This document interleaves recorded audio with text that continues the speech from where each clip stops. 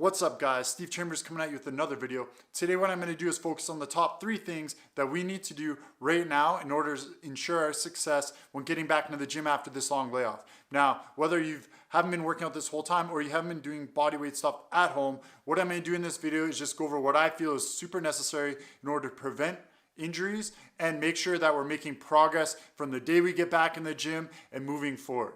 Just make sure if you do find this video useful, smash that damn like button. My goal for this video is 20 likes. If you haven't already, make sure you hit that subscribe button to help my channel grow and help put my channel out to other people. Now, the very first thing that we need to do when we get into the gym is, I can't stress this enough, we have to be patient. Even someone like myself, I know going back into the gym because I haven't had access to a squat rack or a barbell, I have lost a bit of strength, and you need to realize that before you go back in.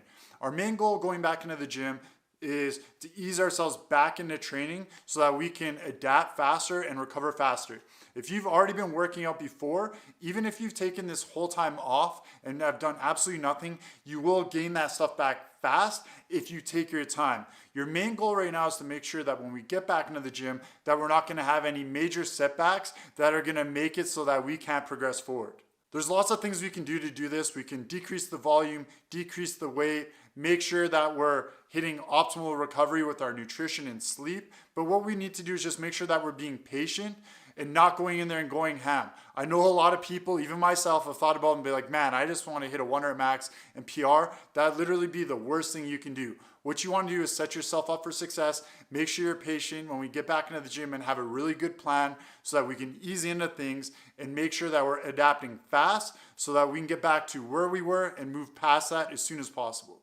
All right guys, so for step number 2, what I highly recommend, and I do this with all my clients, is you need to periodize your training. So what that means is you need to come up with a plan that's gonna be long-term and not just the first few weeks you get into the gym. What I highly recommend is when you do get back into the gym is to start with the base phase. So basically what that means is go into the gym and the first thing you wanna do is do movement assessments and make sure everything's feeling good. Look for any type of tightness that you find is off, anything weird.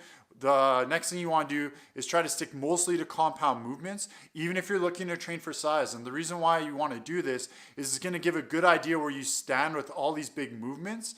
You probably want to keep the reps a bit lower and the weight light, so sticking anywhere between the 6 to 10 rep range and keeping the weight light, so leaving about like 2 to 3 reps left in the tank.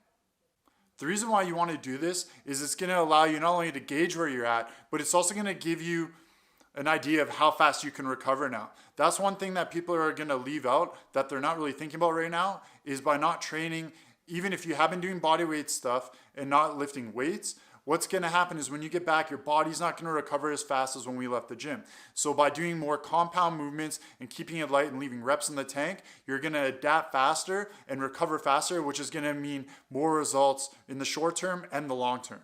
Paying attention to your mobility and how you feel is going to be very important. And the reason why is because we want to make sure that we're doing our best to prevent injuries. We all are super excited to get back into the gym, but what we need to make sure is that that excitement doesn't turn into us doing things that we shouldn't be doing and putting ourselves at risk for injury. All right guys, and this brings me to my third point.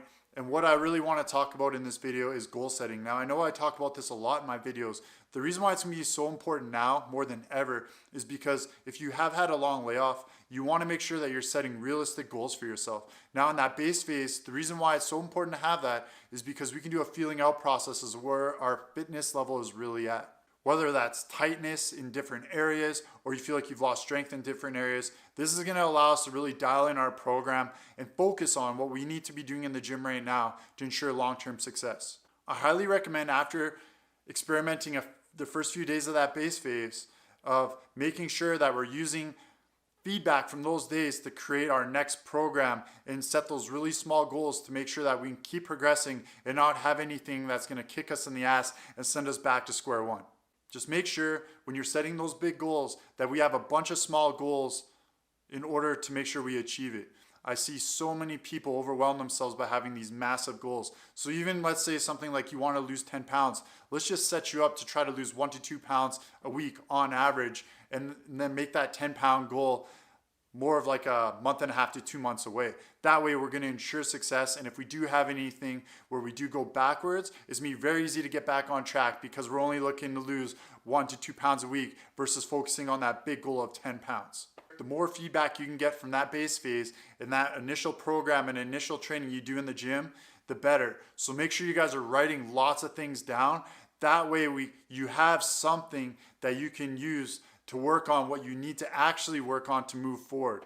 I think a lot of us, including myself, took the gym for granted, and now I cannot wait to get back into the gym. We just want to make sure we're doing it as safe as possible by staying patient, making sure we're periodizing long-term, so thinking of that long-term plan, and making sure that we're goal setting frequently based off the feedback we're getting in the gym.